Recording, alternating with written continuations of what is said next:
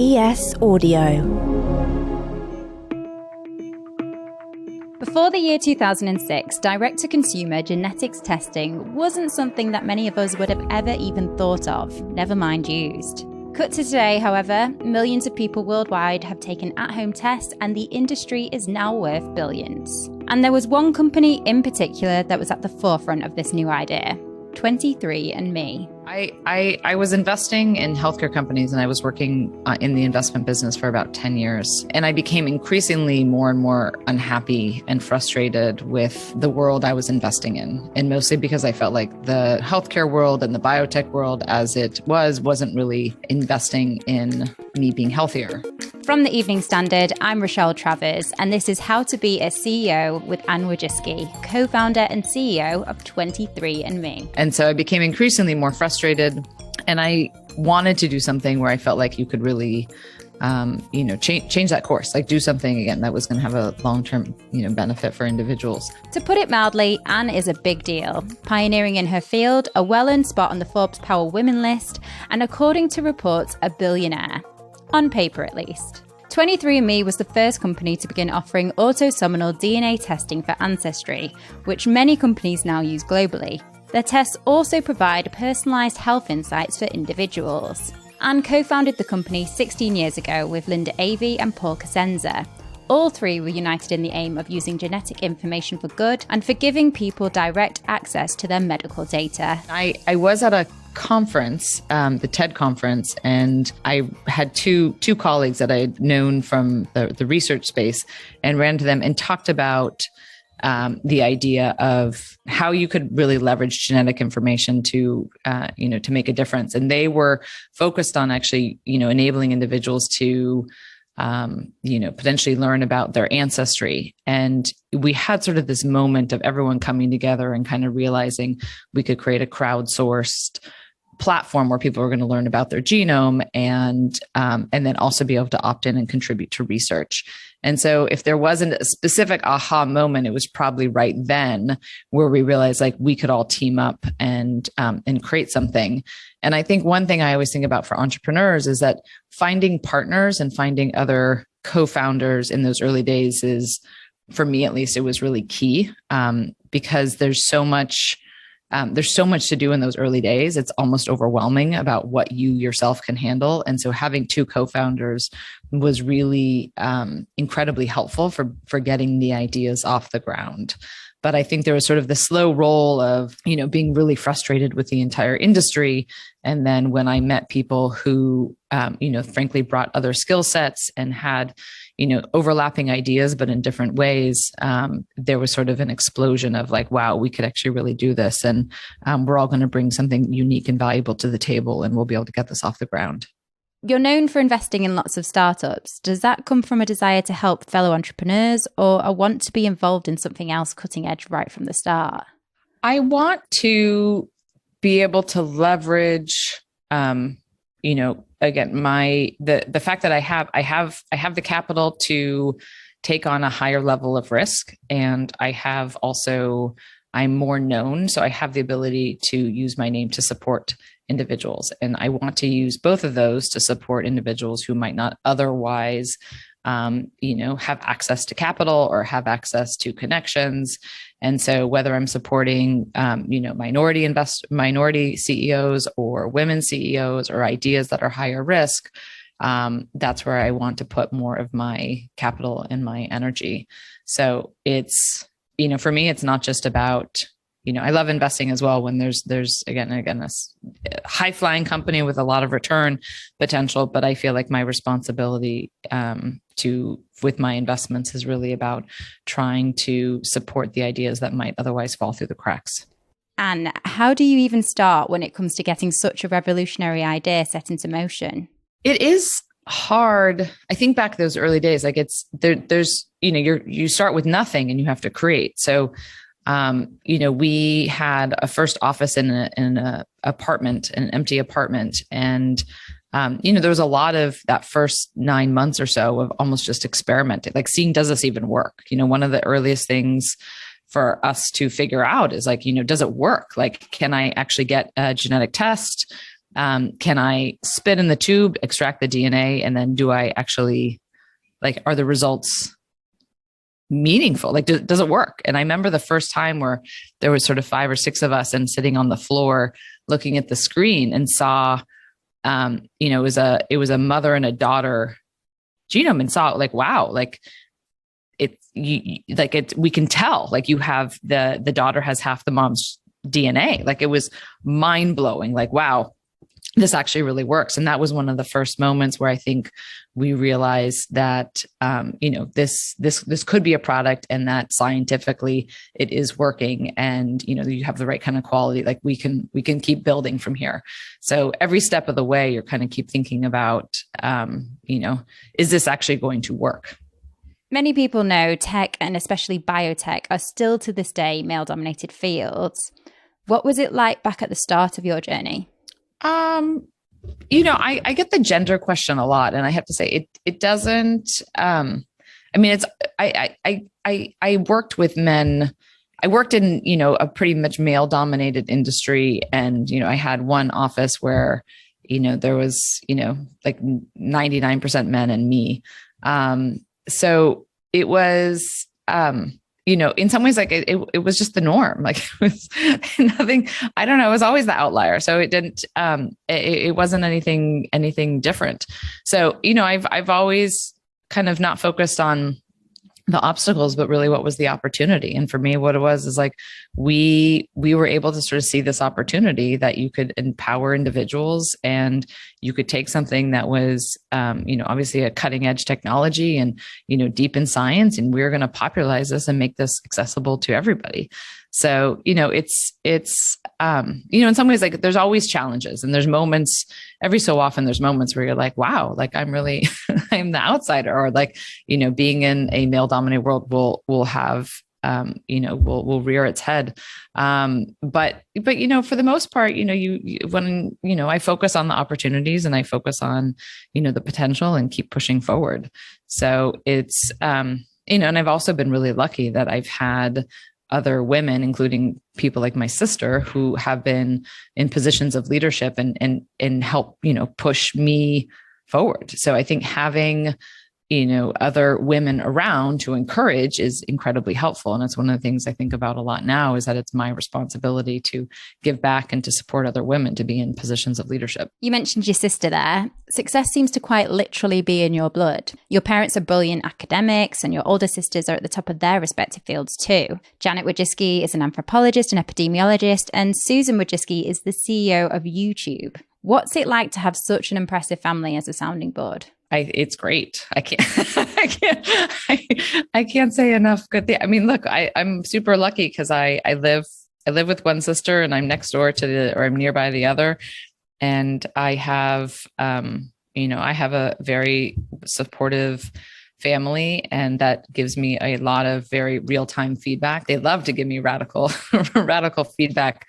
So I'm incredibly lucky. Like, mentorship is key. You can't do things without help from support of peers and, family and others. And so I'm very lucky because I happen to have it within my family, but I think about this big picture for me, that anyone who's in a position of power has a responsibility to give back to the younger generation. And, when I think about, speaking engagements and ability, like times to mentor, like all of that is important to do, because it's important to, to make sure that you are supportive and helpful to the next generation, and recognizing that certain things, like, there are times where it's hard to be in a boys club. And there are times where, it's situations are hard, and people are going to, love to watch you try and, watch you fail. And how do you get through that? And I think being supportive to other individuals is key. And again, I'm grateful every day for my sister for all kinds of reasons, but she is a fabulous mentor as well.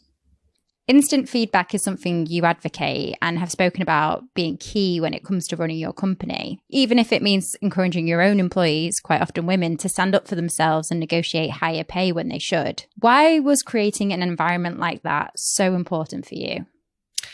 I think it's the reality for me is I've worked in a number of different, I've seen the variety of every type of environment. I've seen some great environments, and I've seen some less great environments.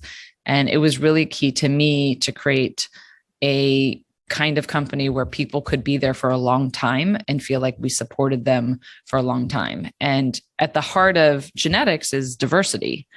And so I have to have, diversity in gender and diversity in types of people in order to make the company successful. So I think from the beginning, we have always, recognized that importance, and especially I think on having, women leaders has always been sort of key. What's been the greatest lesson you've learned as a CEO? Real-time feedback and being able to, communicate very directly and making sure that people are communicating directly with me. Like the reality is when any position of leadership, whether it's me or my whole management team, you need all the right information to be able to make decisions. And so making sure that there's a very transparent culture and that people are giving me real-time feedback and I'm giving them real-time feedback, I think allows for the best types of, decision-making. So I would say the main ethos for me is like radical transparency with individuals and being really direct and honest. Let's go to a quick ad break. In the spirit of instant feedback, in the meantime, why not rate, review, and subscribe to How to Be a CEO?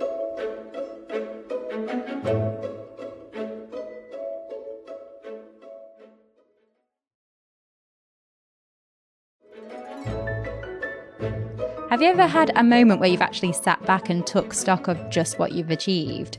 23andMe is a household name and you're one of the most powerful CEOs in the world. What's that like to process? That's why I don't read my press. I think as soon as you start getting, as soon as you start looking at yourself in some ways not as a startup, I think you lose some of your momentum. And I think I'm really religious. Like I don't read my press and I don't listen to myself in some ways just because you want to keep those blinders on. I want to know the feedback and I leverage my communications team to make sure I get that feedback.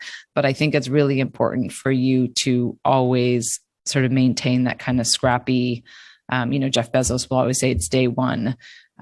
You need to you can't rest on your laurels of like, oh, I'm so big and I have this brand. So I think about things that I'm very proud of. Like I'm incredibly proud of my marketing team for actually establishing us as a brand. But I think it's still very early days of this industry and the company. And certainly never want to just sit back and say like, oh, look at what we've done, but rather very much looking forward to saying it's like, look, the majority of people today still don't have access to genetic testing that is part of their care. And there's a huge opportunity to drive that forward. So most people are not still benefiting from the human genome. And that's really where we are focused. Your company is 16 years old now. How do you make sure that you stay relevant and evolve? Well, I think staying relevant and evolving is, again, this world moves so fast now. And think back on pre-COVID when, virtual care was not something that people were talking about. And it was sort of, unusual to be getting care and medications and doing things online. And now it's really become the norm. So, I remember my sister bringing home the book, Only the Paranoid Survive, back when Andy Grove wrote that, again, decades ago. And that mindset has always been in the back of my head. You really have to always think about and watch out for who's up and coming and who's going to take you over. And, for those of us old enough to remember Blockbuster and Netflix, like, the world can change. I'm old enough now to have many of the companies that I worked with as a child, they are gone. And so, you can never rest on your laurels that you have a brand and that you have size and scale. Like you have to always function on that only the paranoid survive kind of mentality. And you have to always be aware and be nimble about what is happening. And I think one of the hardest things to do as a CEO is when the world is shifting, it's hard for companies to change course. And that's fundamentally our job, is to do what is uncomfortable and to then lead people through a time period that is uncomfortable. But, you think back on sort of like Blockbuster, Netflix kind of world, there was a transition time period where it felt uncomfortable and you have to lead through that. What does the future hold for both yourself and 23andMe? Well, I feel like I'm only 16 years into it, so life is long and there's a lot more to do. And like I mentioned before, 23andMe is about helping people access, understand, and benefit from the human genome. And we have absolutely focused a lot on the access and the understand component of that mission statement. And when I think about the future, it's really about helping people benefit. And we're going to do that really in two ways. And one is with the Therapeutics Discovery Program that we started back in 2015. We have two programs now in the clinic. And so we are hoping to move even more forward as we, keep mining, going through all of the data and looking for genetic variants and seeing how we can actually help our customers in the world develop new medications so they can really, benefit from the human genome. And second is really, how are you going to use this genetic information to have better care and actually use it to, change aspects of your behavior or your lifestyle so that you can prevent disease and not necessarily just always think about, managing and treating it. So we're really just scratching the beginning, scratching the surface of where we can go with how genetic information is going to be used in the whole healthcare arena.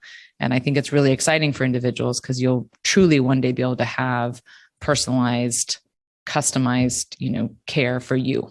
Do you think you'll ever be done with your mission, or do you just see yourself continuing in this field for as long as possible?